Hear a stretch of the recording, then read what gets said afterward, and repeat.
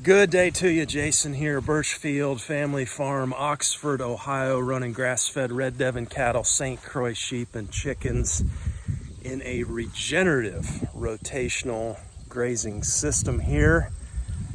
I have a good word for you today. This comes from Matthew 15. Jesus left there and went along the Sea of Galilee. Then he went up on a mountainside and sat down. Great crowds came to him, bringing the lame, the blind, the crippled, the mute, and many others, and laid them at his feet, and he healed them. The people were amazed when they saw the mute speaking, the crippled made well, the lame walking, and the blind seeing, and they praised the God of Israel. Just a simple reminder today that God is for us. He's not against us. He's for our well-being, our healing, our wholeness. He's good to us. He cares for us. Just a simple reminder today of that fact. I just found myself grateful here recently for some of the connections that we've been making with folks in the regenerative community. Great conversations and connections. Christine up in Michigan, Wynn over in Indiana. I've enjoyed our conversation here. Wynn has just a couple of acres running 4 sheep and was wondering, how can I improve? I want to grow the flock. How can I improve? And my first suggestion was continue dividing up those 2 1-acre paddocks, continue making more paddocks and giving more rest and moving more frequently, and you'll only see improvement from there. I was grateful yesterday to connect with Matt over in Germantown. Great conversation with Matt. Matt actually purchased one of our rams, took that over to him. We've been offering a delivery service this year. We did that last year too, actually. We've got an old farm van. We've had 6 rams in the back of this farm van before, and I always thought that would be kind of a hairy experience there, but we get them in there and it takes them 10-15 minutes. They settle down, they lie down, very peaceful, and we get them to their destination. So we do sell registered St Croix sheep here. I believe they're the best quality that you can find. I'm a bit biased, but we have rams available right now if you're looking for a herd sire.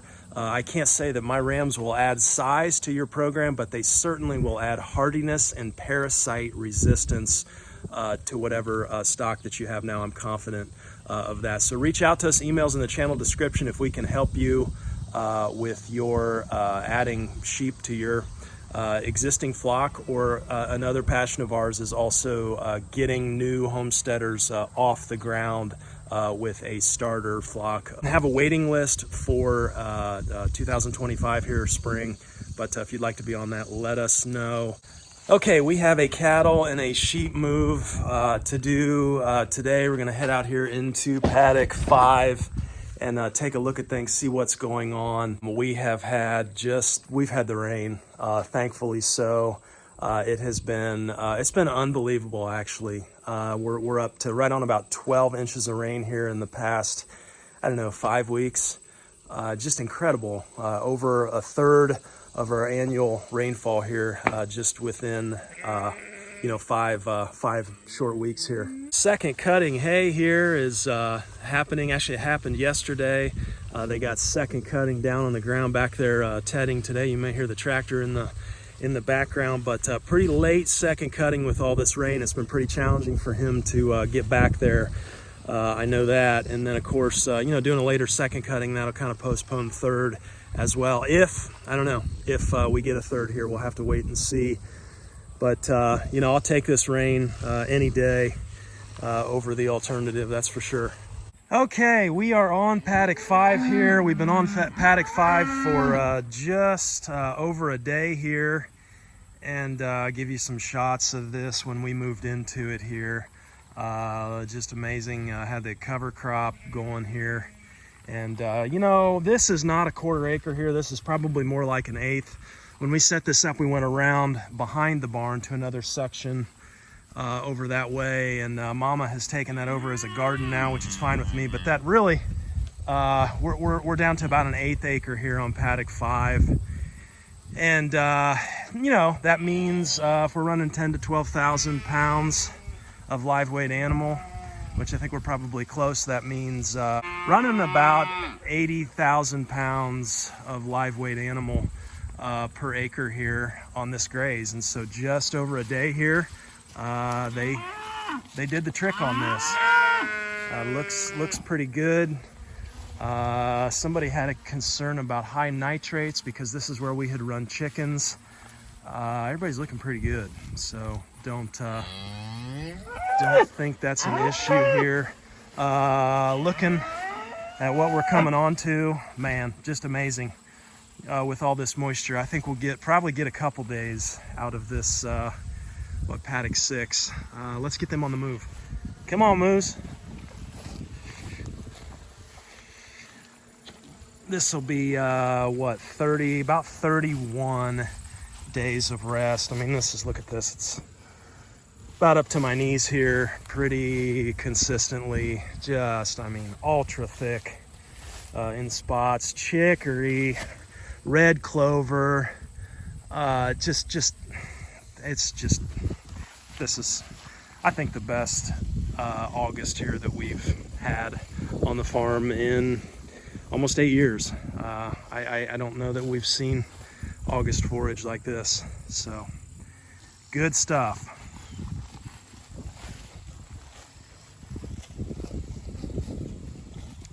This is kind of always the way that it goes, right? Cattle stop right at the entrance. Sheep have to wait their turn, but they know the drill.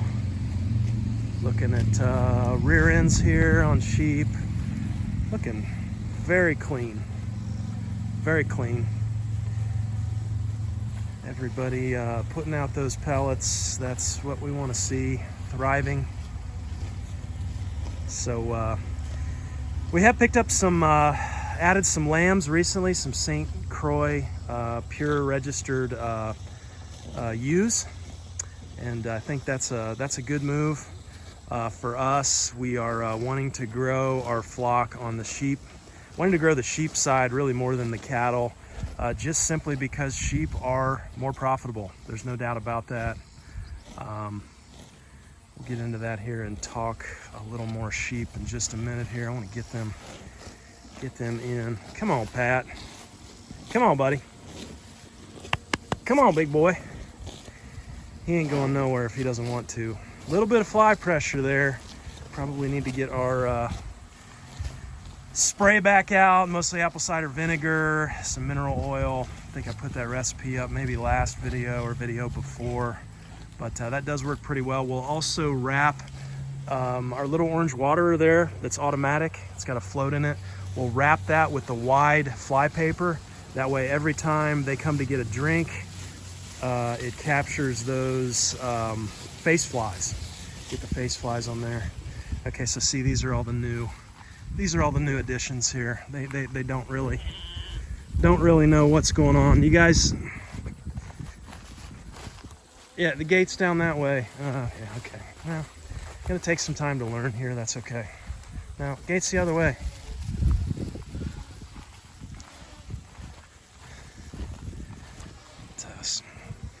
Good looking stock there. There we go.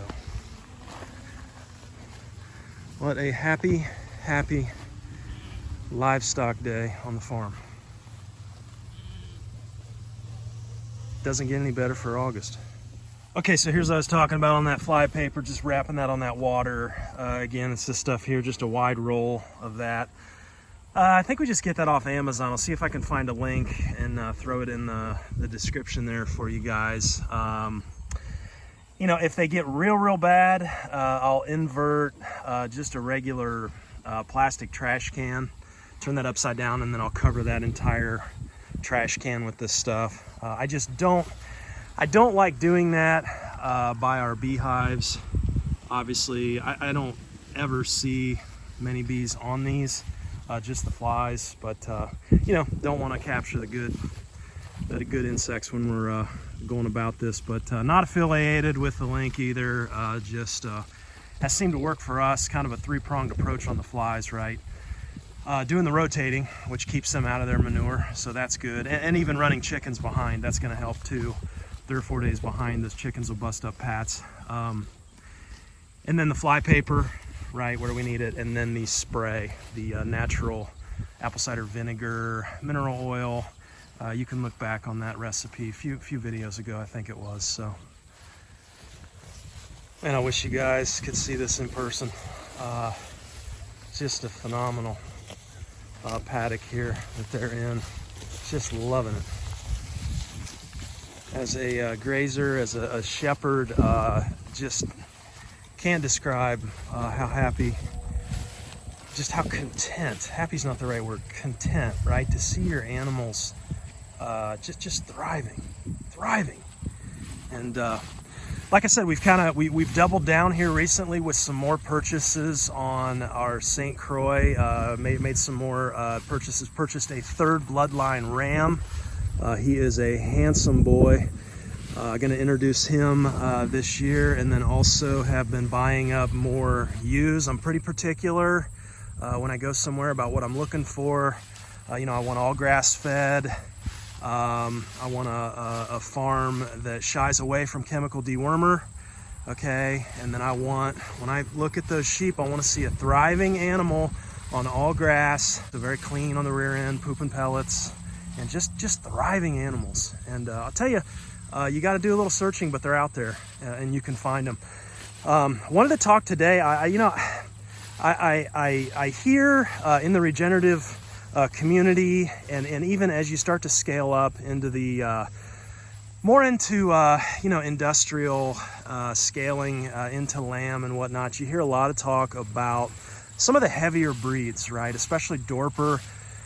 There's a lot online that really kind of, I don't know if you want to say bashes. It's comparing something like a Dorper carcass to a St Croix sheep carcass, and the conventional thinking is, let's put those animals side by side on an individual basis, and let's compare, right?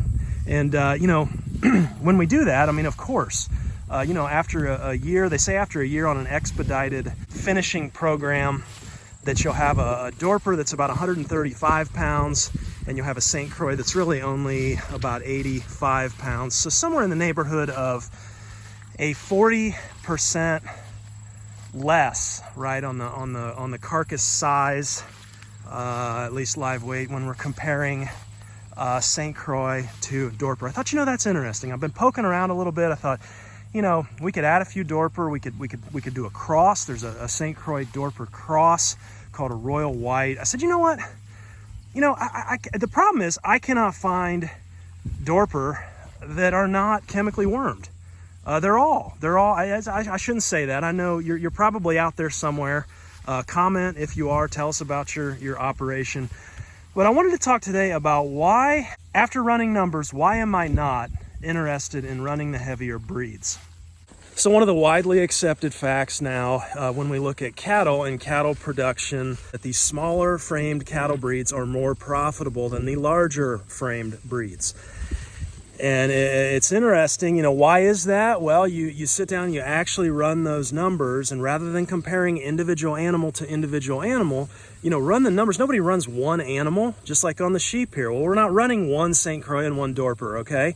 So you run them as a flock, as a group, and why are the smaller frame cattle more profitable? Because, as Greg Judy says, he can run, 3 or 4 of his South Poles for every, 2 larger framed Angus, right? And so a lot of times you'll hear Dorper sheep called the Angus of the sheep world. Dorper versus St. Croix. When you actually sit down and run these numbers, flock compared to flock rather than individual animal compared to individual animal, where do you end up? Pretty interesting numbers here, guys.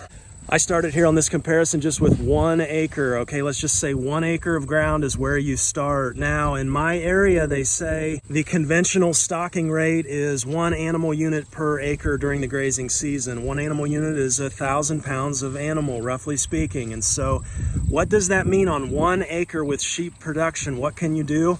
Well, I could run 5 200-pound Dorpers, or I can run 8 of my 120-pound St. Croix. At the end of year 1, after we have lambed what do we have? Well, we have 16 St. Croix lambs, okay, and we only have 10 Dorper lambs. Now we're assuming a 2.0 lambing rate per ewe here, okay, that's our goal here on the farm. After year 2, we're at 32 St. Croix lambs and 20 Dorper sheep. Now this is taking the say you're lambing 50-50, okay, half male, half female, which is pretty consistent with our numbers over the years, right? And then you're taking those ewes and you're putting them back in the flock to reproduce, okay? And this is the number of head here, okay? So after 15 years of this type of compounding, we have almost 100,000 more lambs, St. Croix lambs, than Dorper lambs.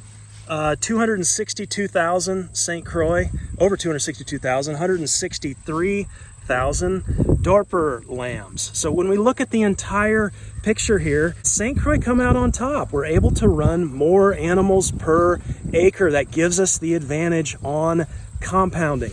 Okay, so now, you know, a lot of this depends on your operation, what you're doing.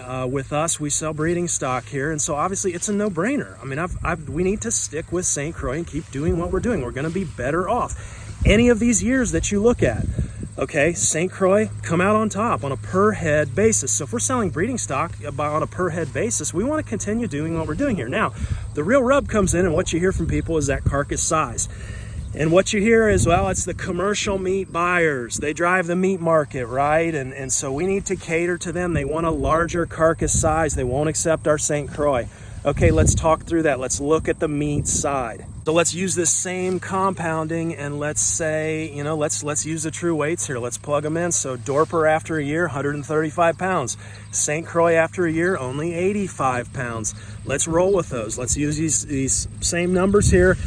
And looking at this, look at these numbers on the actual live weight produced every year, okay? Again, St. Croix are heavier. You have more live weight every single year, which means you have more meat when they dress out, okay? It's a no-brainer here. Looking at the productivity, when we look at the entire picture, or live weight pounds on St. Croix after 10 years. Look at that, after 10 years.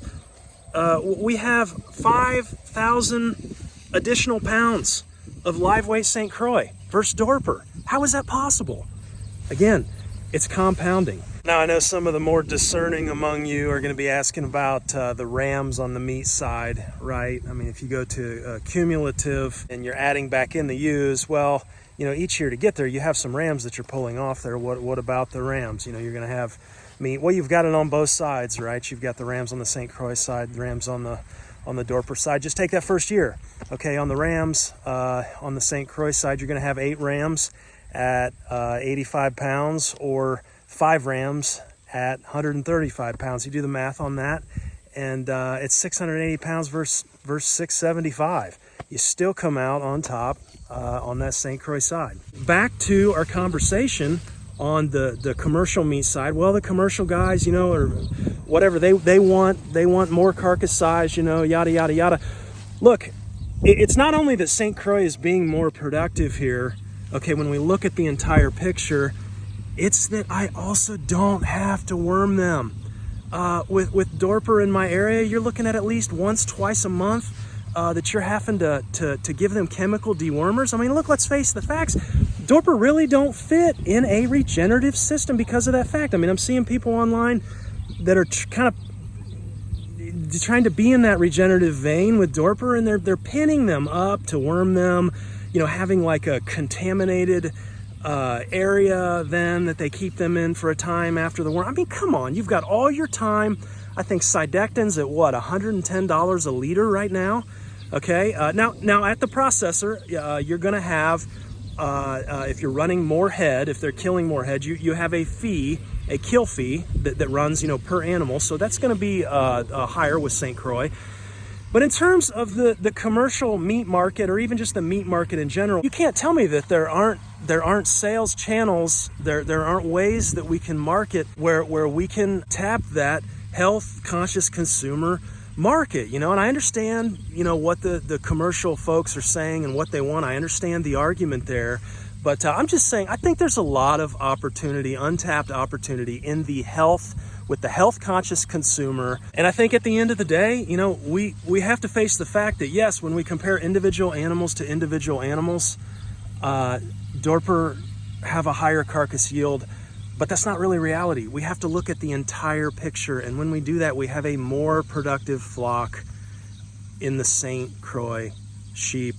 So next time you hear the Angus of the sheep world, I don't want to raise Angus. That's my opinion though. No, just some information to maybe get you thinking a little bit differently, challenging some of the conventionally held views as it relates to industrial ag. We all know industrial ag is not able to continue, at least in the capacity that it's going now. I think, you know, that's why regenerative is becoming much more popular. But I would make the argument with these numbers that St. Croix sheep are a much better fit in a regenerative system. They promote soil health just much more smoothly than many of the other heavier breeds. Again, just my opinion. I'm putting my money where my mouth is, though. We're doubling down. We're continuing with what we've got here, and you know, as is always the case, take what you can use here from the channel, let the rest fall away. Everybody has a different context. Keep that in mind as well. When comparing productivity in an agricultural system, you know, my preference is to do that on a per acre basis. I think that makes the most sense in a grass-fed system anyway. That's what we have to go on. It's per acre. It's not an individual animal. Nobody's running one animal and comparing it to one other animal. It's a per acre productivity is at least the measure that I want to be looking at. I know there's a lot of naysayers out there. I'm probably going to get a lot of at least a good bit of pushback here. That's fine. Our regenerative system is working for our context. You know, that's the point. We're running 2 to 3 times conventional stocking rates and productivity. And you know, proof's in the pudding to all the naysayers, and I've got them coming out of the woodwork now. I got 5 years of video going back, you know, 5 years. Go back and watch it. It's all there. It's documented, usually about a video a week. So again, my job on the channel is just to drop seeds. Some of those are going to hit good ground and sprout. Some of those will not. Be at peace. Be blessed. We'll talk to you next time. Take care.